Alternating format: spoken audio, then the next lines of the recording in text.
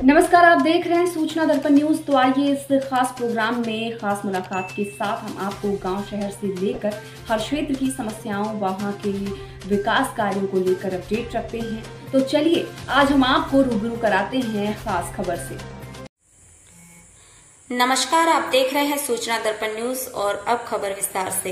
आज हमारी टीम पहुंची है ग्राम पंचायत दुगस्ताऊ। सरपंच श्रीमती इंदिरा देवी डिडेल, सरपंच प्रतिनिधि श्रीमान राजेंद्र जी डिडेल। राजेंद्र जी ने ग्राम पंचायत में प्रतिनिधि के रूप में ग्राम पंचायत में अनेक विकास कार्य करवाए। शमशान घाट विकास कार्य से लेकर खेल मैदान में है अनेक प्रकार की सुविधाएं। सभी प्रकार के खेलों का किया जाता है आयोजन। राजेंद्र जी डिडेल ने बताया कि ग्राम पंचायत में हमेशा रहता है विकास कार्यों पर ध्यान। आगे भी ग्राम पंचायत में जो समस्याएं हैं उनका किया जाएगा समस्याओं का निदान। जनता के साथ कंधे से कंधा मिलाकर ग्राम पंचायत का चौमुखी विकास करवाने का रहेगा मुख्य उद्देश्य। आइए सुनते हैं सूचना दर्पण संपादक कोजाराम जी के साथ सरपंच प्रतिनिधि की खास बातचीत। नमस्कार, आप देख रहे हैं सूचना दर्पण न्यूज का खास प्रोग्राम खास मुलाकात। आज हमारे साथ जो शख्सियत मौजूद है वो किसी परिचय की मोहताज नहीं, क्योंकि अगर बात करें युवा टाइम से इन्होंने जिस प्रकार जो राजनीति है उसमें कदम रख दिए थे और अब की बार इनके माता श्रीमती इंदिरा देवी जी डिडेल को यहाँ की जो जनता ने सरपंच पद का जो पदभार सौंपा है, तो क्या क्या रहे इनके ग्राम पंचायत में विकास कार्य और किन किन समस्याओं का करना पड़ा इनको सामना। तो आज इनसे खास मुलाकात में चर्चा करेंगे, क्योंकि पीछे का जो कार्यकाल है इनका कांग्रेस सरकार में गुजरा है और अब जिस प्रकार भाजपा की जो सरकार बन गई है तो इनके क्या आगे विकास कार्य रहेंगे। तो सर, सबसे पहले तुम्हारे चैनल में स्वागत है आपका। नमस्ते, बहुत बहुत धन्यवाद आपका पधारने पर। सर, एक युवा सरपंच की एक प्रतिनिधि के रूप में आपने पंचायत वासियों की जो सेवा की है, तो राजनीति की शुरुआत किस प्रकार हुई आप? राजनीति की ऐसी शुरुआत इसलिए की हमने कि गांव का एक चौमुखी विकास हो सके, इसलिए गांव वालों की अपेक्षा थी मेरे पर कि भाई नया लड़का है और गांव का विकास करेगा।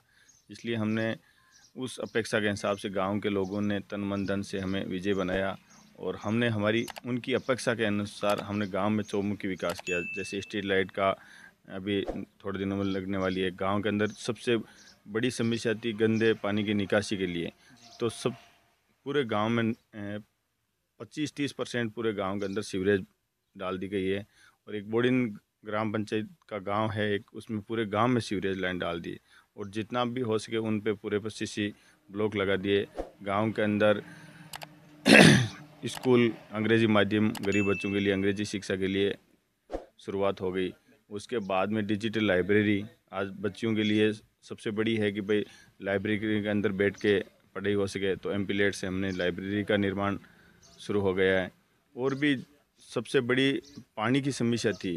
एक ग्राम पंचायत में 2 गांव हैं और सबसे धन्यवाद के पात्र हैं कि दोनों गांवों के अंदर हमने 2 जेलर का निर्माण करवाया है। बिल्कुल, क्योंकि अगर देखा जाए तो पंचायती राज एक जिस प्रकार जो राजनीति की एक धरातल से जुड़ी हुई कड़ी होती है और इसमें आपके पास जो पद है सरपंच पद का आपकी माताश्री के पास, तो मतलब काफ़ी लोगों को जिस प्रकार आपसे आशा और अपेक्षा जुड़ी रहती है। तो जैसे अगर बात करें राज्य सरकार और केंद्र सरकार की जन कल्याणकारी कुछ योजनाएं हैं, तो उनका लाभ लोगों को कैसे मिला? सबसे बड़ी जनता को आज के समय में निजी, हर आदमी ये चाहता है मेरे को निजी व्यक्तिगत फ़ायदा मिले। व्यक्तिगत फ़ायदे के लिए जैसे राज्य सरकार और केंद्र सरकार ने नरेगा के तहत टांकों निर्माण का कार्य चल रहा था। उसमें टांके निर्माण का कार्य हमने लगभग 200 से 250 के बीच में करवाई। सबसे बड़ी परेशानी ये हो रही है राज्य सरकार और केंद्र सरकार से कि जिन हम नरेगा के तहत में हम कार्य करा रहे हैं, और राजस्थान के अंदर नागौर है, नागौर के अंदर हम दुगुस्तों में रहने वाले हैं, तो ये क्षेत्र क्या है कि बारिश की बहुत कम बारिश होती है और यहाँ पर सबसे बड़ी समस्या रहती है पानी की। तो उस हिसाब से जाइल में सबसे ज़्यादा अगर टांके बनाए हैं तो मैंने बनाए हैं। और दिक्कत हमारे को ये आ रही है कि पेमेंट उनका टाइमली नहीं हो रहा है। 2-2, 3-3 साल से पेमेंट नहीं हो रहा है। आज भी मेरे 30-40 एसी के टांके स्वीकृत हैं। लघु सीमांत वाले लोग तो इंतजार कर रहे हैं जो भाई 12 बीघा से कम वाले हैं। अभी तक मेरे गांव में एसी की संख्या ज़्यादा है, इस कारण उनके भी 30-40 टांके बचे हुए हैं। लेकिन दिक्कत ये हो रही है कि भाई उनका काम करा कैसे सकें। हमारे पास पैसे है नहीं। हम जो फर्म है उनको बोलते हैं, जो टेंडर डाल के उनके पास भुगतान नहीं कर पाए, इस कारण ये सबसे बड़ी दिक्कत हो रही है पेमेंट की। बिल्कुल, क्योंकि अगर सर बात करें पूरे राजस्थान की, तो कहीं ना कहीं जिस प्रकार ऑल राजस्थान के जो प्रतिनिधि हैं, जनप्रतिनिधि, उन्होंने जिस प्रकार जो महानरेगा के तहत कार्य करवा चुके हैं, और इसमें एक बात ये भी है कि जैसे 60-40 का जो रेशा है, तो कहीं ना कहीं उनको जिसे समय पर अगर भुगतान ना हो तो कहीं ना कहीं जो विकास कार्य हैं वो भी अवरुद्ध होते हैं। बात आपकी सही है, लेकिन 60-40 का रेशियो अभी नागौर डिस्ट्रिक्ट में, बाकी सभी जगहों डिस्ट्रिक्ट में 60-40 का, क्योंकि अभी आचार संहिता लोकसभा के टाइम थी तो पक्के कामों का निर्माण नहीं हो पाया, कच्चे काम ही चल रहे थे। तो 60-40 का रेशियो एकदम एग्जीक्यूटिव सही है, उसके बावजूद भी भुगतान नहीं हो रहा है। अब केंद्र सरकार राज्य सरकार वालों को बोलते हैं केंद्र सरकार का फंड नहीं, या केंद्र सरकार बोलती है राज्य सरकार को फंड दे दिया गया है, अब थोड़े दिनों में आ जाएगा। लेकिन पेमेंट, सबसे बड़ी दिक्कत पेमेंट की है और कोई दिक्कत नहीं है। और पेमेंट नहीं होगा तो सबसे बड़ी, हिंदुस्तान में ज़्यादा संख्या गांव के अंदर निवास करती है और सबसे वो अपेक्षा सरपंच से करती है। आज एमपी जीत गया, एमएलए जीत गया, उससे कोई लेन देना नहीं है। गांव में यही कहेंगे सरपंच साहब आपके कहने से हमने वोट दिया, हमारा काम होना चाहिए, हमारे पानी आना चाहिए, हमारे निजी टांके बनने चाहिए। ये सरपंच पर बूंद का जो भी होगा वो उस पर बनेगा। एमपी एमएलए बन के आपके चले जाएंगे, बाकी गांव के अंदर धरातल पर सरपंच पर ही पूरी जवाबदारी रहती है। क्योंकि अगर बात करें तो कहीं ना कहीं जो जनता है उसकी जो डायरेक्ट लिंक है वो एक सरपंच से ही होते हैं, क्योंकि आज एमपी एमएलए हैं उन तक तो हर किसी आदमी की पहुंच नहीं पाती। तो जो भी उनकी कोई समस्या है, चाहे वो स्वास्थ्य को लेके, पेयजल को लेके, चाहे किसी प्रकार की, तो वो आपसे ही संपर्क करेंगे। तो सरपंच साहब, आपने भी काफ़ी मतलब अगर जिस प्रकार आपने बताया कि लाइब्रेरी का निर्माण करवाया, पेयजल सुविधा के लिए एक मतलब 2 रेवेन्यू गाँव हैं, दोनों में टैंकियाँ बनवा दी, तो काफ़ी विकास के तौर पर तो काफ़ी हुआ है। अब आपके भाजपा की सरकार बनी है, क्या आसार, क्या अपेक्षा रहेगी? भाजपा की सरकार से हम आशा चाहते हैं कि सबसे बड़ी राजस्थान अगर पेयजल की समस्या है उसका सुचारू रूप से, एक तो पानी का, जैसे वाली इंदिरा गांधी नहर का पानी है वो सुचारू रूप से आए। अब टंकियां बन गई, गांव के अंदर ढानी ढानी तक नल लगे, लेकिन उनमें पानी नहीं आ रहा है। तो हम आशा करते हैं कि वो पानी आए। और उसके बाद में ग्रामीण विकास, जो पंचायती राज है उसको मजबूत करने के लिए गाँव में सड़कें, गंदे पानी निकासी के लिए ऐसा बजट दे। ये आने वाले जो 3 तारीख को विधानसभा बजट सत्र चलेगा, उसमें हम चाहते हैं कि पंचायती राज को विशेष तौर से बजट दिया जाए। और गांव का, राजस्थान के अंदर, भारत के अंदर गांव अगर विकसित होगा तो पूरा भारत विकसित होगा, गांव अगर कमज़ोर होगा तो पूरा भारत ही कमज़ोर होगा। क्योंकि गांव एक ऐसी है जो आप हिंदुस्तान की कड़ी है, सबसे नीचे की कड़ी, और उसमें सरपंच मेन होता है। हर अपेक्षा हमारे से ही करते हैं, हम अपेक्षा करते हैं सरकार से कि इस पंचायती राज को मजबूत करें और जो पंचायती राज एक सुदृढ़ तरीके से गाँव के अंदर विकास करे। प्रत्येक आदमी को, निजी जो लघु सीमांत के आदमी हैं उनको निजी तरीके का फ़ायदा मिले, प्रधानमंत्री आवास मिले। सबसे ज़्यादा मेरा लक्ष्य है कि निजी टांके निर्माण हो और उनका टाइमली भुगतान हो। सर, आपके पास एक युवा शक्ति की जिम्मेदारी भी आपने निभाई, युवा, आप एक नेता के रूप में आए, तो अगर बात करें युवाओं के प्रति आपके क्या रुझान है? क्योंकि वर्तमान में अगर बात करें तो युवा है वो नशे की तरफ काफ़ी आकर्षित होते जा रहे हैं, तो आपने उनको मतलब जिस प्रकार खेलों की तरफ लाने के लिए या उनको नशे से दूर रहने के लिए क्या प्रयास किए? दुगस्तों के अंदर लंबे समय से यहाँ पर खेल मैदान नहीं था। उसके बाद मैंने एक डे पंचायत है हमारे रणवीर सिंह जी, उनका भी मैं बहुत बहुत धन्यवाद करता हूँ कि उन्होंने अपनी वहाँ से मंगरा है उनके पास, उनको कन्वर्ट करा के उसको यहाँ से जमी थी वो हमारी इनकी अंगूर थी, उन अंगूर को वहाँ से कन्वर्ट करवा के उन्होंने मंगरा हमें दिया और 12 बीघा ज़मीन पर हमने खेल मैदान का शानदार विकास किया है। लगभग 24-25 लाख का नरेगा से हुआ है। आप देखोगे कि तो वास्तव में एकदम शानदार, जो शहरों के अंदर होना चाहिए वैसा पाथवे है, दौड़ने के लिए है। वहाँ पर जिम वगैरह भी हम आने वाले एमएलए साहब से और एमपी साहब से निवेदन करेंगे वहाँ पर एक ओपन जिम का निर्माण हो। और हमारे गांव के युवा बहुत ही खेल के अंदर रुचि लेते हैं। वॉलीबॉल का शाम का नाइट भी खेलते हैं, वहाँ पर हमने लाइट भी लगा रखी है, मैंने मेरे निजी घर से पैसे देकर वहाँ पर लाइटिंग की व्यवस्था की है। और खेल मैदान का शानदार विकास है। बहुत हमारे गांव में कुछ शिक्षक साथी हैं मेरे, वो भी उनको सुबह सुबह वॉकिंग के लिए ले जाते हैं। और अच्छी, हर बार ऐसी आर्मी की भर्ती नहीं है, उनमें हमारे गांव के 5-10 लड़के सिलेक्शन होते हैं और अच्छा है। क्योंकि ये आपकी काफ़ी देन रही है, क्योंकि युवाओं को एक पथ की तरफ आकर्षित करना आपका एक मुख्य उद्देश्य रहा है।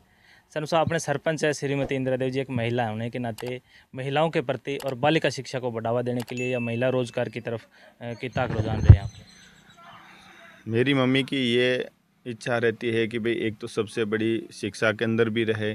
शिक्षा के अंदर जो अंग्रेजी महात्मा गांधी विद्यालय खुलवाया है वो हमारे बावरियों के बस्ती में था।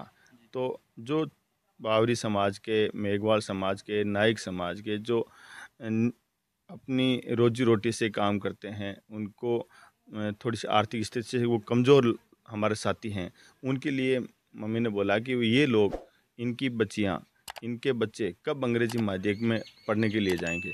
इसलिए एमएलए साहब से हार्टली रिक्वेस्ट करके मम्मी ने ये शिक्षा के लिए अंग्रेजी महात्मा गांधी विद्यालय खुलवाया था। और 15 अगस्त 26 जनवरी का हर बार मम्मी जाती है तो सबसे पहले महिला बच्चियों को प्रोत्साहित करने के लिए उनको अलग मोटिवेट करती है। भाई इनाम वगैरह, उनको बच्चियाँ कौन सी सबसे ज़्यादा परसेंटेज लाई उनको अलग से इनाम दिया जाए। महिला शिक्षा के अंदर हर बार प्रयास रहता है, अथक प्रयास है मम्मी का। और सबसे बड़ी महिलाओं के लिए मम्मी की ये सोच थी, भाई गांव में रहने वाले थे तो हम लोग भी कुएं से पानी लाते थे। सबसे बड़ी महिलाओं के लिए, बच्चियों के लिए पानी की समस्या थी कि सुबह उठते ही बच्चियों को, तो बच्चे तो घूमने निकल जाते हैं, लेकिन बच्चियों को यही रहता है कि जा तू पानी लेके आ, तो वो पढ़ाई कब करेगी। इसलिए ये पानी का घर घर कनेक्शन के लिए हमने सबसे ज़्यादा रुचि ली। बाकी जाइल में जैसे मान लो कि 37 ग्राम पंचायतें हैं, 37 ग्राम पंचायतों में एक एक टंकियां हो सकती है। हमारी मम्मी के प्रयासों से, अधिकारियों से मिलने के कारण दोनों राजस्व गाँव में, दोनों में अलग अलग टंकियों का निर्माण कराया है, जिसके कारण क्या होगा कि घर पे पानी आएगा तो सुबह सुबह बच्चियाँ पढ़ने बैठ जाएगी। नहीं तो माता पिता ये कहेंगे कि जाओ आप पानी लेके आओ। बिल्कुल, ये बड़ी अच्छी सोच रही है, क्योंकि अगर बात करें जिस प्रकार जो लड़के होते हैं वो तो क्या है कि खेलने में या काम के प्रति जिस प्रकार बाहर खेतों में चले जाते हैं, लेकिन जो पेयजल सुविधा का जो अभाव होने के कारण बालिकाओं को दूर से पानी लाना भी एक बड़ा मुश्किल भरा कार्य रहता है और उनका जो समय है वो भी बर्बाद होता है। इसको ध्यान में रखते हुए जो यहाँ के जो सरपंच है श्रीमती इंदिरा देवी जी ने बहुत अच्छे कदम उठाए। एक ही पंचायत में 2-2 टंकियाँ और घर घर जो नल कनेक्शन है वो करवाने का प्रयास किया। तो सर अगर बात करें जिस प्रकार एक भाजपा सरकार का बात करें या चाहे मोदी जी की करें, वो उन्होंने एक जिस प्रकार प्राथमिकता दी कि भ्रष्टाचार मुक्त करना देश को, कहाँ तक आपकी नज़रों में सक्षम? भ्रष्टाचार मुक्त के लिए उनका प्रयास चल रहा है और हमारे नज़र के अंदर काफ़ी अच्छा प्रयास चल रहा है। जो जीरो टॉलरेंस है वो सबसे बड़ी चीज़ है। कोई भी चीज़ हो ऐसे भाई किसी भी चेहरे भाई अधिकारियों के पास में अगर कर रहे हैं तो उनका एक, हमारे एमएलए साहब का भी है कि अभी बोल दिया कि पटवारी है, पटवारी कम होने के वजह से 3-4 हलकों में रहते हैं, तो पटवारियों का सभी ग्राम सेवकों को पाबंद किया गया है कि हो सके भाई मान लो कि दुगुस्ताऊ और आतंगा 3 पंचायतों के अंदर एक पटवारी है, तो उनको बोल रखा है कि आप सोमवार मंगलवार को दुगुस्ताऊ रहोगे, बुधवार गुरुवार को दूसरी पंचायत में रहोगे और वहाँ पर ही उन्हीं बच्चों के मूल निवास जाति वहीं पर करोगे। अगर ऐसी स्थिति होती है, वहाँ से कहीं भ्रष्टाचार होता है तो हमें तुरंत प्रभाव से शिकायत करोगे। और ये एक बीजेपी गवर्नमेंट का जीरो टॉलरेंस बहुत अच्छी चीज़ योजना। तो सर आपको ग्राम पंचायत की जनता ने, और अगर बात करें मंडल के तौर पे, तो भी आपको काफ़ी अच्छे मतलब यहाँ की आपकी जो राजनीति है लोगों ने सहयोग भी किया है, तो यहाँ की जनता को क्या संदेश देना चाहोगे? मैं जनता का बहुत बहुत आभार व्यक्त करना चाहता हूँ कि एक छोटे से एक साधारण परिवार के, हमने कभी सपने में नहीं सोचा कि हमारा एक दादाजी गायें रखते थे, एक सिंपल परिवार था, उसको गांव वालों ने अपेक्षा करके और हमें सरपंच बनाया। हम उनका ताजिन की आभार रहेंगे और हमारा प्रयास रहेगा जब तक हम जिंदा हैं उनका कण कण चुकाने के प्रयास रहेगा। बिल्कुल, तो ये थे हमारे साथ ग्राम पंचायत दुगस्ताऊ के सरपंच प्रतिनिधि श्रीमान राजेंद्र जी डिडेल, जिन्होंने बताया कि ग्राम पंचायत में शिक्षा को लेके, पेयजल की सुविधाओं को लेके, युवाओं के लिए खेल मैदान वगैरह और इस प्रकार काफ़ी विकास कार्य हुए हैं और आगे भी जिस प्रकार जो नई सरकार का गठन हुआ है तो ग्राम पंचायत का चौमुखी विकास करवाना इनका मुख्य उद्देश्य रहेगा। तो सर हमारे चैनल में 10 मिनट टाइम देने के लिए बहुत बहुत धन्यवाद। आपका भी बहुत बहुत धन्यवाद। हमारी गाँव की जो समस्या थी और राज्य सरकार से और केंद्र सरकार से जो कुछ मांगे थी पेमेंट वगैरह, आपने आपके चैनल से पहुंचाने के लिए बहुत बहुत आभार, धन्यवाद।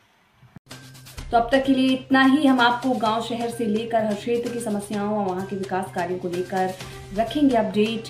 तो देखते रहिए सूचना दर्पण न्यूज और हमारी वीडियोस को लाइक, शेयर व चैनल को सब्सक्राइब जरूर करें।